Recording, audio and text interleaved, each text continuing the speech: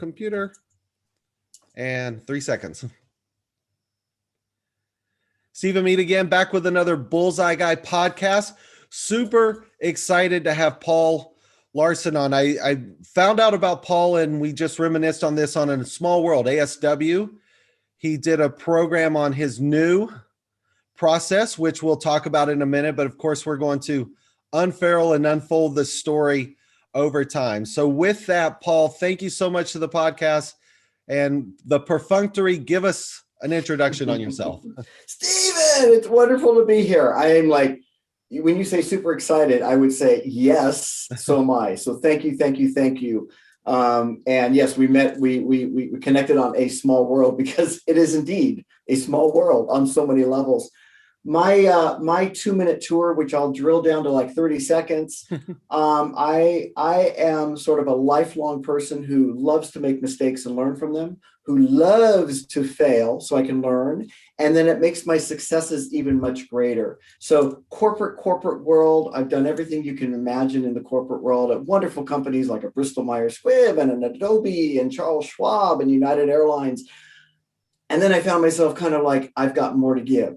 I've got more to give than just the confines of an org chart. I've got more to give than just what the little lines say I'm supposed to do.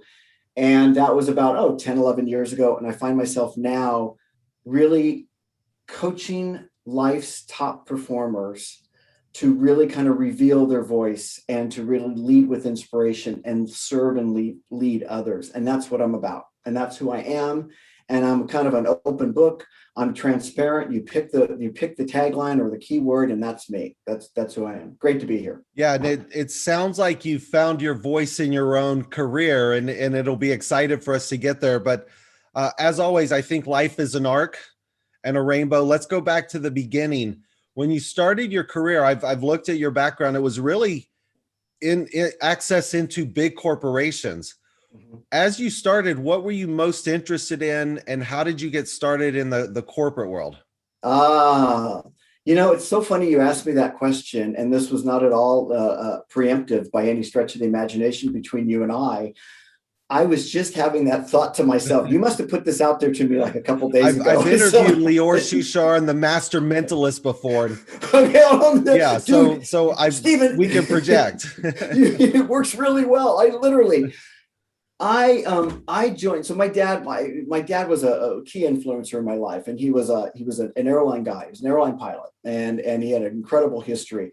And I thought I was going to go into that travel. I love the travel and so forth. So I got a job at United Airlines, not really knowing what I was going to do. Dabbled a little bit in sales, dabbled a little bit in the technical world. It was there that they had some kind of opening for a trainer of a technical kind of trainer, because they were using all these different computer systems. And I got up and I thought, I've never done this. I don't even know how I would be in front of a room.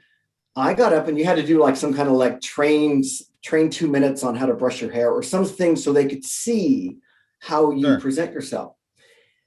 It was Joanne. She was a supervisor in San Francisco for United and running one of the big enterprises there. And she said, when I got off the little platform, she says, he has to be in front of people. He has to train.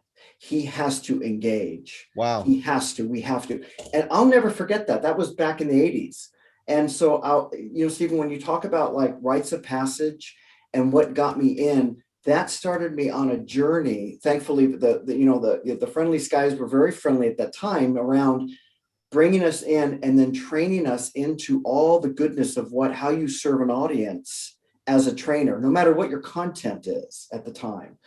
And that got me on the journey of, wow, yeah, I really love this. Not only do I learn so much about myself and I can peel away my DNA and I can feel like my vulnerability and all those things that kind of come up when you're in front of people, but I got to serve people. I got to help people through a transformation. Might have been a transformation of, how do I configure this network, which is what I helped them with, or DOS at the time. Like, what do they have to? They had to learn the intricacies of DOS.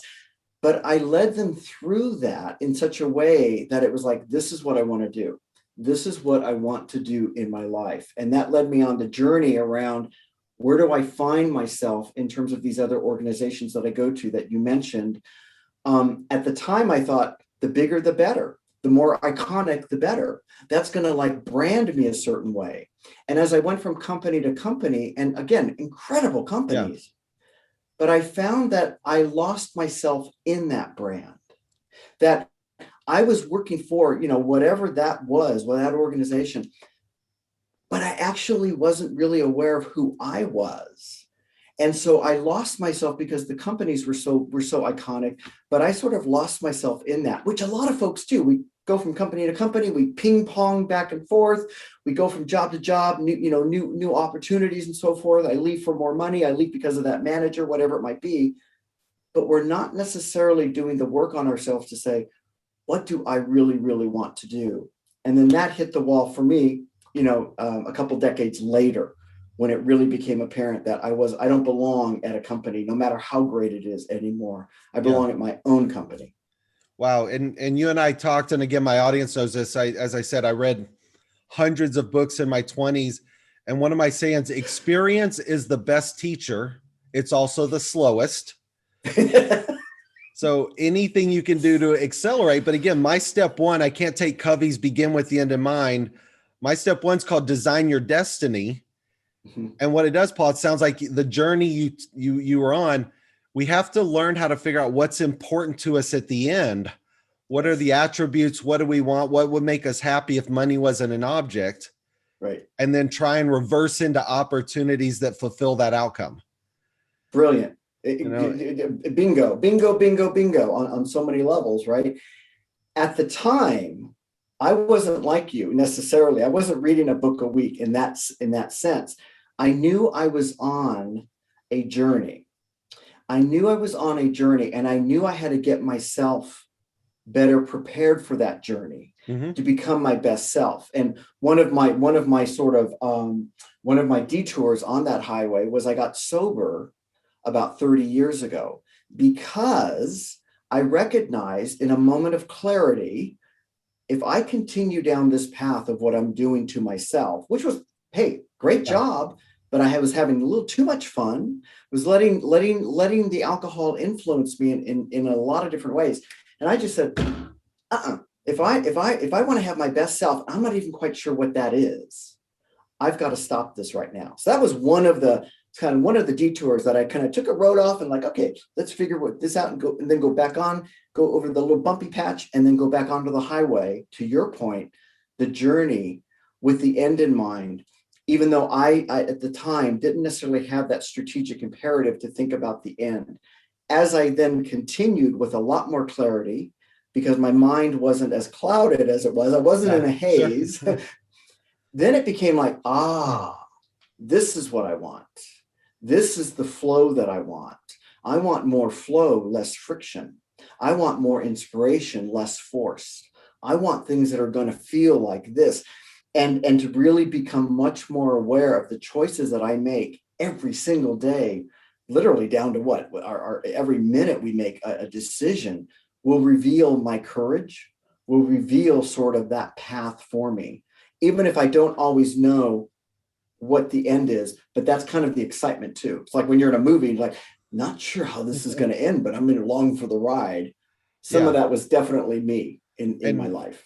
And so much of this is fun, and we have to, for sake of time, I can embellish and imbibe with all my stories. And I would normally share this one, but because you did, I learned there's a self-intuition early on with me. I don't know how or where, but I grew up always afraid to drink. And I was afraid to do drugs, and I never knew why. And about 10 years ago, my mom and dad divorced when I was 3. I didn't know my real dad at all. I won't go through all of it, but I learned that my real dad died when he was 60. His twin brother died when he was 57. He wrote his own obituary, my dad did, which means he knew he was dying. Mm-hmm. Yes. And when I read it, I had my aunt who found the obituary. I said, go find out what happened. And the moral of it, Paul, kind of similar to yours, but a little different, is my dad died of alcoholism. He was an alcoholic. Mm. But the epiphany was, aha, I have an addiction gene. I manage my life in 2-hour increments. I have to hold a phone like an alcoholic holds a beer. So this enlightenment of self journey, I think all of us have it. We just need tools and skills to learn how to find it and hopefully find it early. You got it. And to be, and you're, and the next piece is to be open to it. Like you were open to that. And I eventually became open to it because, to your point around that addictive personality, those behaviors, the compulsiveness, for me, it wasn't one beer. It was always 8. It wasn't 2 screwdrivers. It was 9. It was, and it's just the same way it is. It's like, it's not one chocolate chip cookie, it's 6. But that's a very different kind of compulsive behavior with chocolate chip cookies than it is with a distillery. Yeah. The question I would often get is, why don't you drink? And I would answer, because my saying is, if I had one, I would always think, let's have another. And I knew I could drink very easily. Because of that, I never did. Yeah. So let's talk about the journey to the book, Find Your Voice, because I want to get to that and then to the latest stuff, which I'm excited about as well. How did you make the transition and decide? Because again, I know Michael Gerber, the E-Myth, you can't duplicate time. If you're in being a trainer, you can't duplicate time. With a book and a program, you can now duplicate and scale. What led you down the path for the first book?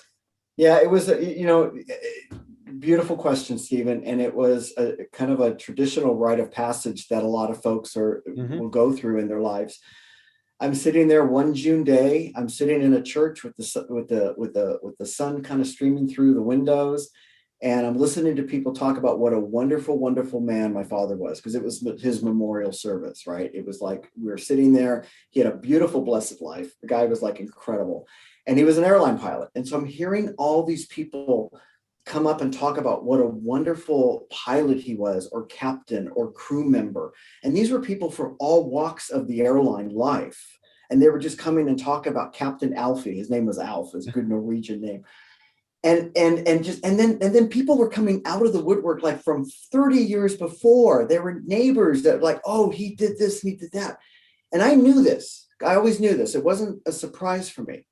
But as we do in life, especially in 2021, but this was about 11 years ago, we then tend to kind of look at things and think, what about me?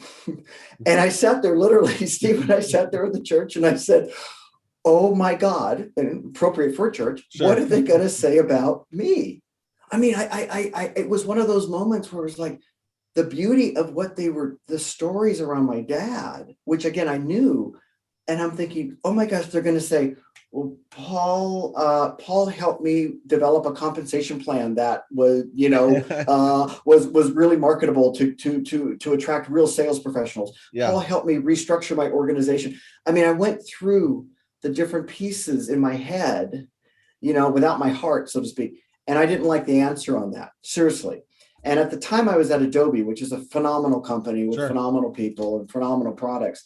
But it wasn't about the company. It was about me. I was not engaged. And it was because of this. I had something else to do. I had another message. And as my sister said, she goes, I think that was Dad probably kicking you in the butt to like say, listen to what's going on here. Because he was always really good around just being very quiet and listening, and then coming in with a very inspirational thought. And I thought, yep. So I made a decision at that point. I need to go do something else. Wasn't quite sure, to your point earlier about the journey. Yeah. I just made sure I had certain things planned. I didn't just like leave for the sake of leaving. And we talk about following passion, but we have to eat and we have to live. So it wasn't, I made sure things were all structured, and I did it in a very pragmatic way.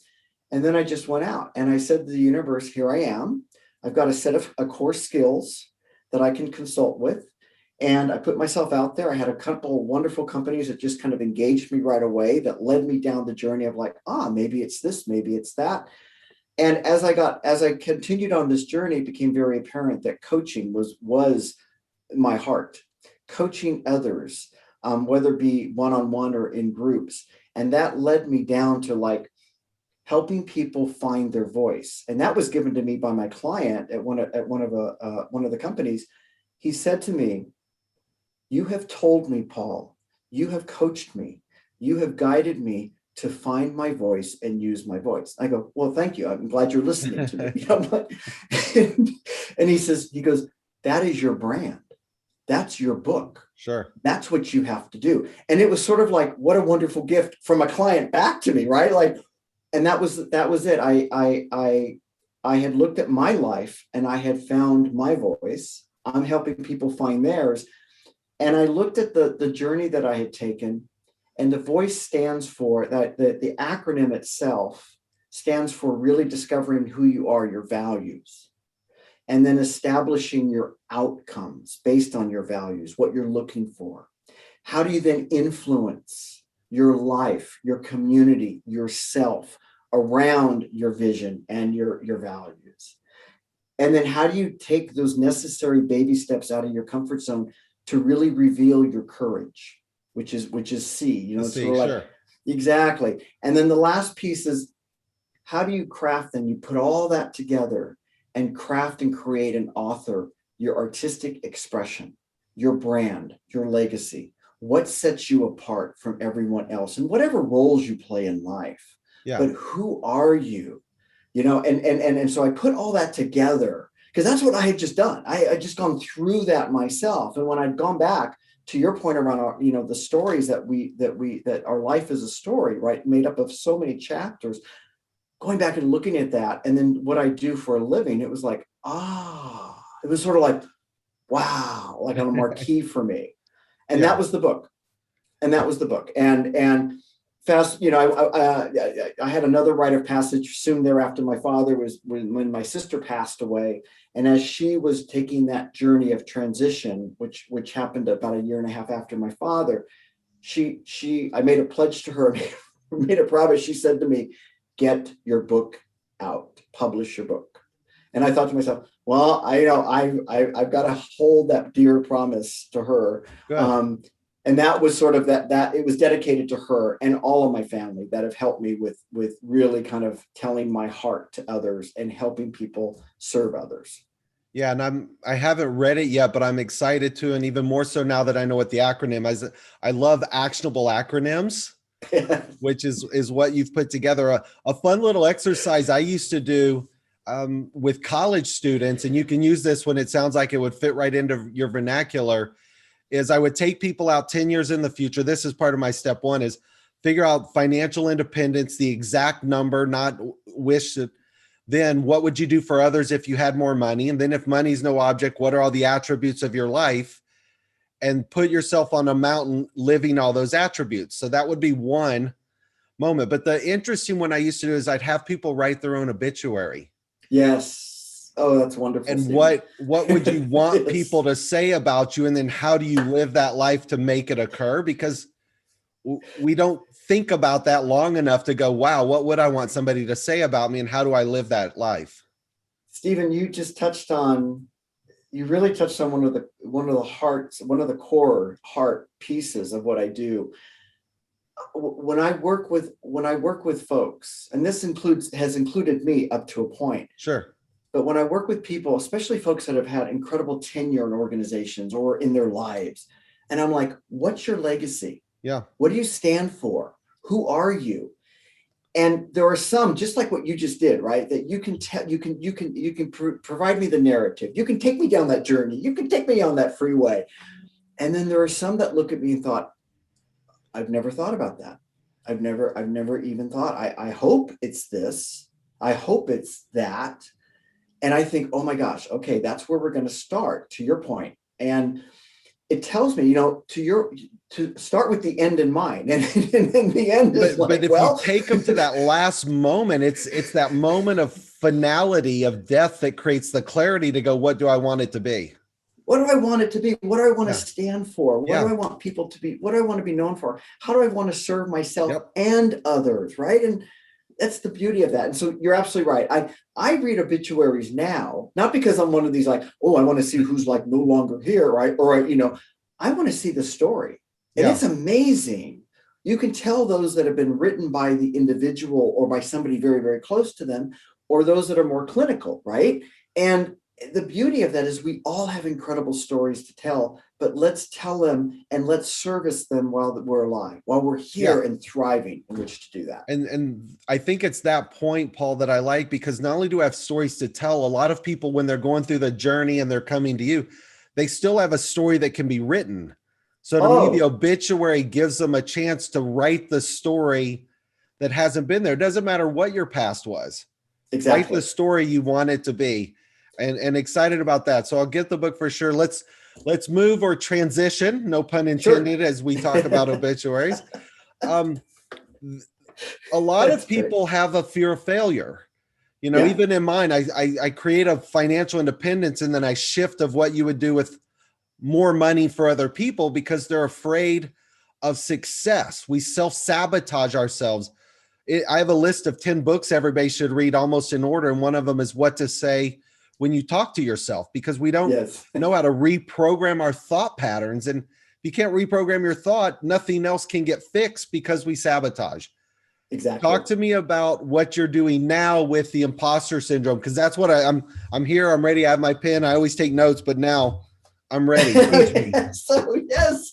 So I'm a living imposter. I'm like a living imposter. So back in, I think it was 2000, I want to say like 2004, 2005, I got a phenomenal job. And it was one of those jobs that just kind of like, based on my decisions, of course, but it was like, I found myself like head of HR for a $3 billion organization. And I'm like, holy moly, what am I doing?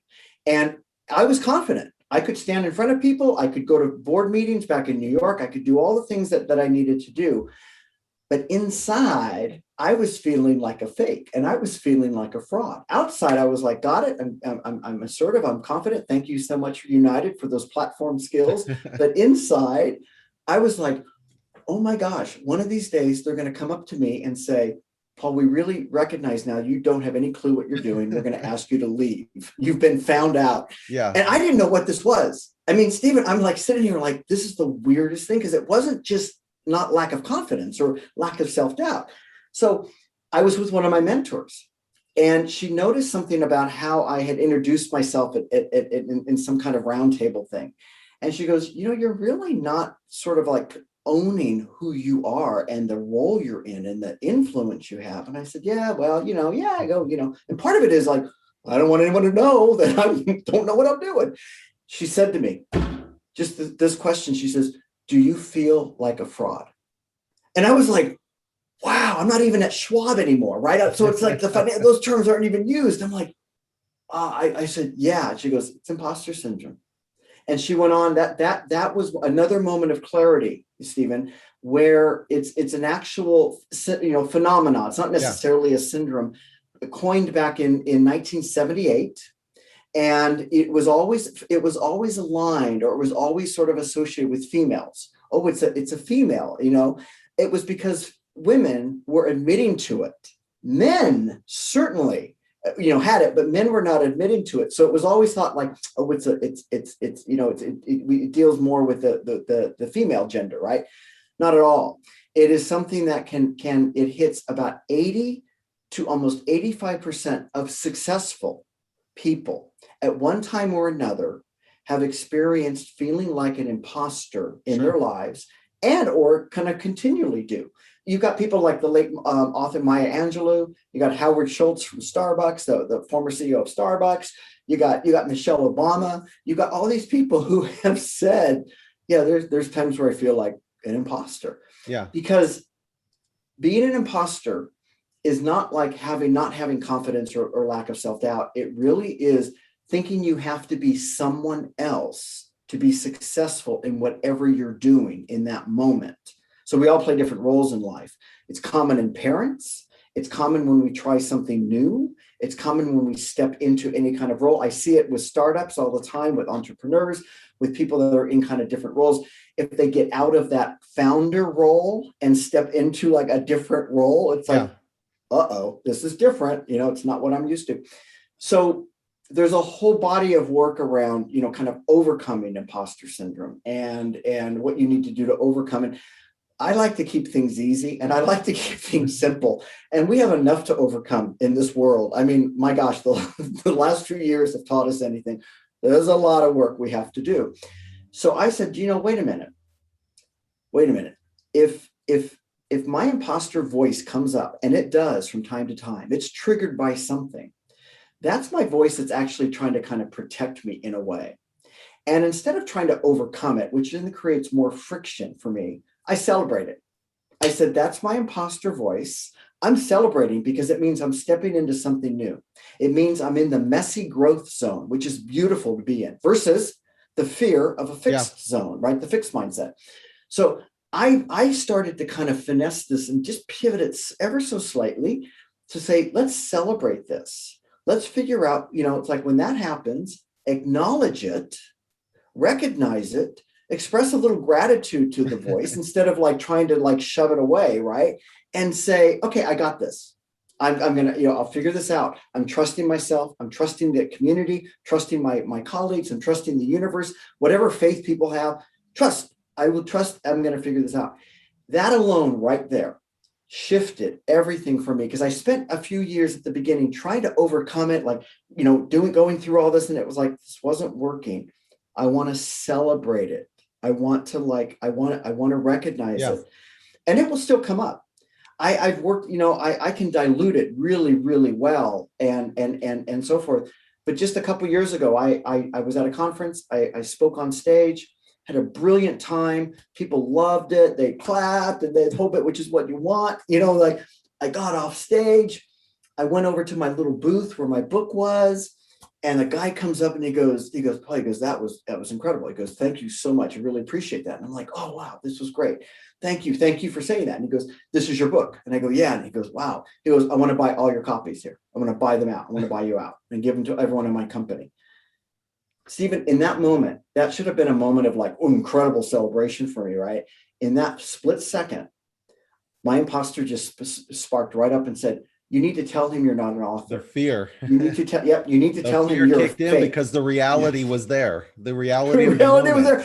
And here's this guy going to buy all my books. And the guy and my imposter like, don't let him spend a cent on your books. It's like, and in that moment I said, thank you, imposter. You're just trying to protect me, in terms of who I am and so forth. I thank you for that. I'm going to be gracious and I'm going to let him buy the books. And all in the split second of me looking at him, just as I'm looking at you right now, like, and I was just like, bam, came right out and said, thank you so much. I'll sign each one. I'll come and do a pro bono for you. So we'll do a book club fund, some stuff. It was like, but it shows you the book's been out for a few years. That just happened like over the last year and a half. It shows you where it can come up and just trigger. And then it's up to us to figure out, as you were saying, with our minds and our mindset and our self-talk, because we have these strong algorithms. Yeah, how do you crack the code that's up here? Yeah, that's why I tell people that the books that I recommend have to be read in order, because what to say when you talk to yourself. My second book, I'm going to add yours in as an addendum on my top 10 now. But it's wonderful. The second book is Miguel Ruiz, Don Miguel, The Four Agreements. Right. But the agreement that's the hardest is don't take things personally. And if you don't know how to reprogram your thoughts, you're going to take things personally, and you can't just say, don't take it personally, Paul. You're like, why? So exactly. We have to learn these skills. What it's interesting as you say this, there's again, another technique I use, and I didn't realize what I was doing it for with the imposter syndrome. For especially for kids and entrepreneurs. I love teaching. I don't do it for a business. I have my own technology companies, but I called it the hero syndrome. And you sparked it when you talked about Howard Schultz. I said, if your hero is a Howard Schultz, an Oprah, read their biography, read what they went through, read the challenges. And then when things are tough, go, oh, what would Howard Schultz do? Exactly. I'm struggling right now with COVID, my restaurant, what would Howard Schultz do? And you shift that into what would my hero do? And that allows you to make decisions. It's defer to the higher authority. It's just exactly. You got to learn these tricks to get better. And to your point, what you just demonstrated right there, the brilliance of what you just demonstrated, Stephen, is it only takes a shift like that. We're not talking like you have to sit down and write a thesis to yourself and you just have to shift something just to ask yourself a couple questions, bring out a couple of thoughts, just finesse your thoughts a little bit. The Japanese, the Zen Buddhists, they have that philosophy called, and I apologize for my pronunciation on this, Kinzuki, and it stands for golden joinery. And what it stands for, what the whole concept is, when something breaks, we put it back together with such a reverence. We put it back together with such care. We put it back together with, and in Japanese, they have the demonstration of the golden lacquer, where they take a pot that's been broken and they put it back together with this. That's what we do to ourselves.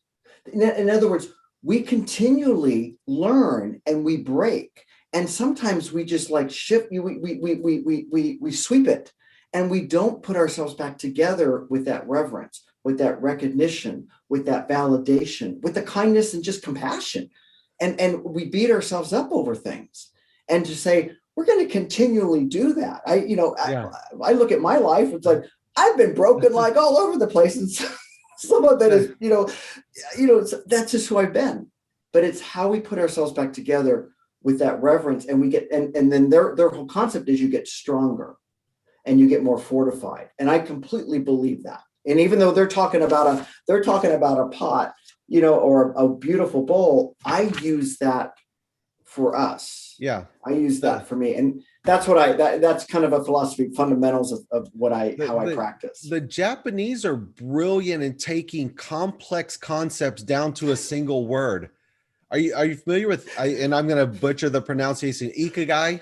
I got right up there. It's the same thing. It's a single word that encompasses, I call it Kandinsky's concentric circles. It's overlapping the passions, the outcomes, and the desires into the goal. And so I again, the ability, as you've done, to construct things down to very simple, actionable items, I think is great. Let's wrap up with this on the imposter syndrome. Have you turned that into a book? Is it a program? Is it a seminar? Where are you now? What's the next journey for Paul Larsen? Yeah, thank you for that, Stephen. So it's kind of all of those things. So I'm creating a new podcast called The Shaky Voice, which is going to really take folks and I want to interview people that have had a time in their life when they've dealt with imposter syndrome or the shaky voice, and how they persevered through that, so that listeners and audience members can learn from that. So that's one of the things I'm doing. So I want to hear from other people, because my story, our stories get boring, right? I want to hear from everyone else, the wealth of that. I'm also I'm doing a online course that I'm creating right now, cracking your imposter code. Okay. So that you kind of can hack that and really kind of live that life of inspiration and strength. There will be a book that will be coming out based on all of this. And again, I'm going to be looking at contributing authors besides just myself who can contribute to it. So it becomes much more of I guess you could say kind of a casebook or workbook that people can then utilize and work through. And then I'm just like an open book myself. Like in terms of what's next for me. And part of that is, I don't know. So that's the beauty of I live a life of inspiration. I go with what feels right. I align myself with people that I'm inspired by, to your point about what would somebody do. Mm-hmm. I take actions that are based on inspiration for myself and what I can learn from. If I have mistakes along the way, I just okay, chalk that up. I learn from that. I try to stay away from all the should. I should do this. I need to do this. I have to do this. Those are the saboteurs that can come up and judge us. So for me, it's like those are the kind of the big artifacts that I'm working on. And then we'll see where else the journey takes me. But I'm always available for folks to talk to. I'm one of those, I serve everybody. So it's people can message me and ping me or whatever they want. And I'm happy to always talk about their journey, what they're going through, and if there's any way I can help. And I don't mean this from a business standpoint. I actually just mean it from a community standpoint. Good. I appreciate that. And we talked right before this about what I call the state of peaceful frustration, which is kind of what you're talking about, is you're on this journey, but if you know you have a destination, you just don't know when you're going to get there. Every step along the way is just another step along the way. Yeah. And Stephen, to that, and I love that term. I just love that state. Sometimes you get there and you realize, oh, I arrived last week. I arrived last month. I mean, because we continually kind of build on that. And that shows an incredible sort of success. It also shows for me, sometimes it's like, okay, I have to celebrate or just stop for a moment and understand I did reach that destination. And now I have a second one. Yeah. But sometimes we can just kind of continue on, especially in today's world where we get bombarded with all different types of conduits and catalysts around how we should be. We have to really recognize where we are and recognize that sometimes we are already at the destination, and to be really acknowledgement of that now, of the present. Yeah. And it's hard. I feel like I want to drop all of my things on you as well to share. I'll leave with another one of mine, because you talked about this. We talk about values, and I used to struggle on, people go, what are your values? And I have a great slide that I go through again with students. Birds of a feather flock together, but opposites attract. Your word is your bond. Don't believe everything you hear. You have to see it to believe it. Looks can be deceiving. No matter what your values are, somebody else is going to have a competing opposite belief. You just, and that's what I love about the Find Your Voice. You have to learn your voice, what's important to you. And not everybody's going to agree with you, and that's okay. Exactly. You don't agree with everybody else. Why should they all agree with you? You just have to find your voice. You just have to find your voice. And when I run into that kind of was you're describing, and sometimes that can turn into friction if we let it, when we have contradictory opinions and so forth. Just look at the state of the world right now, right? But I always think, what's the lesson I'm supposed to learn here? Yeah. What's in front of me right now? I don't have to agree with them. I don't have to accept that. But I can, there's a lesson here. And it doesn't mean I don't treat people with, a level of respect, a level of kindness, and a level of compassion, even if they don't accept it. We have to. And that's why I tell people, some people don't like me. I say, that's okay. I don't like everybody either. Doesn't mean they're not a good person. Exactly. We just have to find ourselves and be true. Paul, great pleasure. I want to get in on the next imposter syndrome. I missed the small world one, but hopefully I'll be able to sit in on the next one. So appreciate your time. Steve and Meade, the Bullseye Guy. Check out Paul Larsen. Check out the book. Don't be an imposter. Reach out, solve it. A lot of these things are easy. You just need somebody to walk you through it. Great. Very cool. We're going to end the recording.